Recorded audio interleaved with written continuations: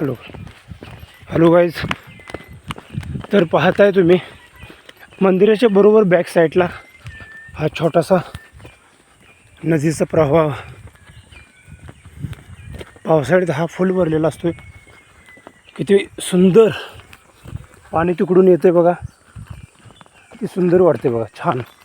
आणि हा रस्ता, ह्या रस्त्याने आम्ही निघालो आहे. रात्रीचं इथं गव्हाचं प्रमाण जास्त असतं. गहू हा एक जंगली भैसा आहे, भैसा. त्याचं येणं जाणं रात्रीला असते, त्यामुळं मानवाच्या जीवाला अत्यंत धोकादायक असा तो प्राणी आहे.